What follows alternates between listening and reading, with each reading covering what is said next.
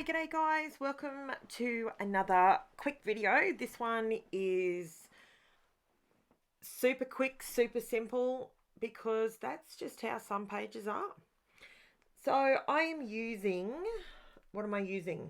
The paper that I'm using is LEMONCRAFT Wood and Wood and Patterns, it's called. I actually got this from let me think, Alicia Redshaw, what's her company called? It's completely gone out of my head. They're in Gladstone. Scrapbook Fantasies, that's it. And I bought the pad and I really, really like them because it's white and bright, but it's got a bit of texture on the back, which is really good. So just there, I added me a little bit of the Finnabair Art Basics Clear Gesso. And I did that because I wanted the ink. So I'm using the Distress Oxide Victorian Velvet at the moment. And I wanted the ink to sit on top of the page. I didn't want it to, which the Oxides do, but I really wanted it to sort of block out a bit of the background, if that makes sense. And I did have to give this a couple of shots because I didn't make it quite wide enough for the size of the photos that I had printed. So I gave it a go and I actually really like how it looks there. But it needed to be a little bit wider because you couldn't really see it. And, you know, mixed media is one of those funny little things that you've just got to play with a little bit and figure out if it's going to be wide enough. If it's not, add a little bit more. You're better off putting a little bit on and adding more because you can't take it away. Now, I just ran around the outside edge with the Victorian Velvet just to sort of give it a border without me physically making an extra border. So I really like that. Now what I realised was in the paper collection that I'm using, there's a couple of different hues. Now, this one is milled lavender and it's the Distress Oxide as well. Now, I'll show you, as the video goes on, I'll show you how I convince the people looking at the page that these are the colours. No, hang on, how do I wear this? So what I've done is I've used these two colours because they were pretty close to what I wanted. I wanted to use my Oxides because I really haven't used them anywhere near as much as I thought I would at this stage. So I wanted to use them. I had to increase my size. So I've done that here. Now it looks like a hot mess. Give me a second. It improves. Now I just dry it off a little bit. So it's, got to dry it off. Let's be honest. And I did add a little bit of water to it, but that's okay because I got the gesso on there. Okay, so now once I put these photos on there, see how it covers up so much more. Now I'm just rolling my paper on my desk just so it stays nice and flat for me. Now these are the photos. This is where I go into power scrap mode and I've already made the decision. So I've chosen the cutter parts. I've fussy cut this strip from one of the pieces of paper, all from the same paper pad. And it was at this point that I went, you know what, I really like that.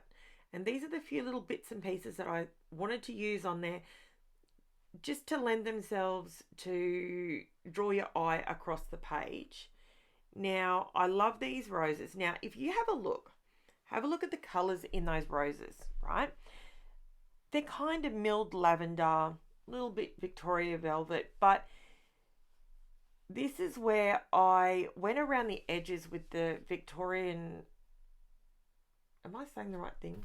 Yes, Victorian Velvet, I am. Sorry, it has been crazy around here. My mother and father-in-law, who are in their 80s, have tested positive for COVID. So things have been a little bit stressful in my household, let me tell you. Yeah, It's thrown me for a 6, unfortunately, but that's okay. We're getting through it, we're dealing with it, and hopefully in a week's time, everything's going to be great. So I'm just going around the edges of all of these just so they stand off the page a little bit more. See how they just pop that tiny bit? So this is where I go, okay, commit, just do it. And I run around the edge of this. This is fussy cut, but not to the nth degree that I literally cut every bit perfectly. It looks fine. Honestly, I did scallop the top and I did sort of trim that, but I think it looks better tucked under the photos. It's not meant to be all even across there. I'm adding some stuff. Now this is where if you can see my little daubers off to the left hand side, they're my Distress Oxide daubers. Now, finger daubers. Now what I do is I just press that onto my Teflon mat and just add a tiny bit of water. So I'm not getting more ink off an ink pad. And have a look at how much ink is on them. Like you don't need to add more. So here I do it again. Watch this. So just a little bit. That's just the leftover ink that was on them from last time I used them. So it takes very, very little of these oxides. I've never done this with the Distress inks, but I imagine it would be pretty much the same. But because the oxides have that pigment ink in them, they got the pigment as well. This works. So that's what I'm doing. So I just pulled them over. So with the finger daubers, I pretty much bought this whole pack thinking, you know what, I may not need to use my brushes all the time or whatever. Like, just gives me a different option. Now, what I'm doing with this butterfly, these are all, now this is what I do with my roses. See how now what I'm doing is I'm just going over where the shaded part is on the rose. It was already a lilac colour, but I'm just going over it with the oxides and it just makes it pop that little bit more, but all the colours match. So now I'm using, this is the milled lavender. No, the Victoria velvet, sorry. And just to, instead of the tones going all brown, I'm just bringing in that little bit more and it just ties it all together. Now, the only thing I did that I didn't record is, and I'll have it in the still photos over on my Facebook group.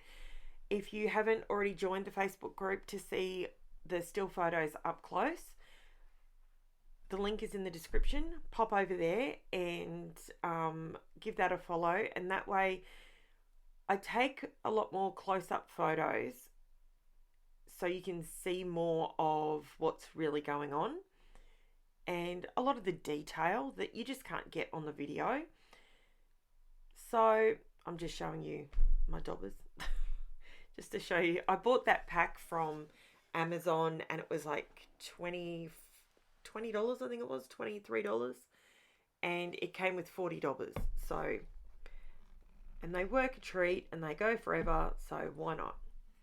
So it's at this point I go, right, I'm just going to cut that off. Now it's not even. It's not meant to be even. Lace is never perfectly even, so I wasn't worried about that. Now I have, at this point, oh, this is where, watch this is funny. So I'm raising it up, which is fine, but my little, you can see it to the left hand side. If you're a new person to my channel, I create these little trays that I can use so my desk doesn't just turn into a giant nightmare. So when I use a bit of fun foam and there's an offcut, I just put it in this tray. And eventually I'll come back to that tray and I'll use other bits. So in this situation, I'm just using up a heap of odd bits and pieces. It's been cold here today, so bingo, my art glitter glue didn't want to cooperate. I forced it to cooperate and bingo, it worked. So committing, photos down, committing to my I wanted to raise my flowers up a little bit so they sat on top, if that makes sense. Now, this is where I play with my little cluster a bit. So I already know in my head what I'm going to do and why I've added this extra bit of, that's just a mouse pad. It's an old mouse pad from my daughter. These are my brads that I've had for a million light years. Could not tell you where these brads come from. It's a brass looking brad. So I'm currently forcing it into its home. Now, it's at this point that I go, oh, why didn't I just put the whole thing together? Duh. It's all right. It works. Don't worry. Don't stress. I got it in there in the end. Figured it out. As I said, I've been under a bit of stress. Getting the stress under control, it was killing me. And the phone just kept ringing every time I was trying to get into this. It was ringing, and I put that heart down, and I really wanted it slightly more straighter than that, but that's okay. All right, so now I get my Glossy Accents out and my Uniquely Creative sparkle brush. So I started doing the Glossy Accents before I remembered that I wanted to do the glitter. Now, this sparkle brush is the clear one. It's just got, it is beautiful. I love it. It's glitter, but it's like clear. It's not chunky. It's really fine. Anyway, so I wanted to add some of that there. And I wanted the cardboard cutout. So the cardstock cutout, the butterfly, I wanted to turn it into a piece of glossy ephemera. I'm really into my glossy things at the moment. Not so much, yeah, can you see I was going to put my hand in that for sure. So I wanted the windows on this little lantern to look like the light was on. Up close, you can see the glitter behind the Glossy Accents. And this is where, hold your breath that I get this right and I don't touch the Glossy Accents because it's not dry yet. Now, I only glued the body part because the wings will turn up. Now, I had so much, I squeezed it way too hard and all the glitter was just sitting there and I couldn't waste it. So I just went glitter crazy. Don't worry, my hand is not sitting on the butterfly. So I get to this point and clean that up, and yes, I still need to find a better mat because it goes through. And here I have some extra little bits and pieces that I have fussy cut out of one of the pages in the LEMONCRAFT Diva Heavy. I thought that needed to sort of span across the other two photos a little bit. There you go. Did that and I didn't spill it. Now, what I do go and do is I do put a little bit of white sprinkle across the bottom there because it just looks chunky to me. It just looks like I went down way too far, which clearly I did. So now I'm flicking through some stickers. I have had these for donkey's yonks. Honestly, I couldn't tell you where I got them from. I can't guide you with these ones. These are all on their own, mate. I think I bought them. I know I bought them a million years ago, and I bought them from a scrapbooking shop. And I bought all of them because I thought they're the perfect size, and because they're on clear, it looks like handwriting. And I've used these to death. I bought at the time about 25 packets of them, and they're varying different fonts, but I ended up with about 4 or 5 of each font. It was so good. I absolutely love those stickers. So that just says 1 month old, and this is me going, I really need some more down the bottom.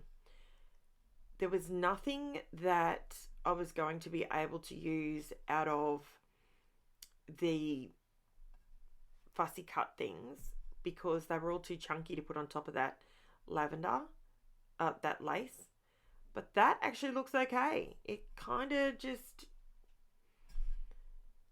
Oh, look, who am I kidding? I was so stressed. It was to the point where I just went, that works.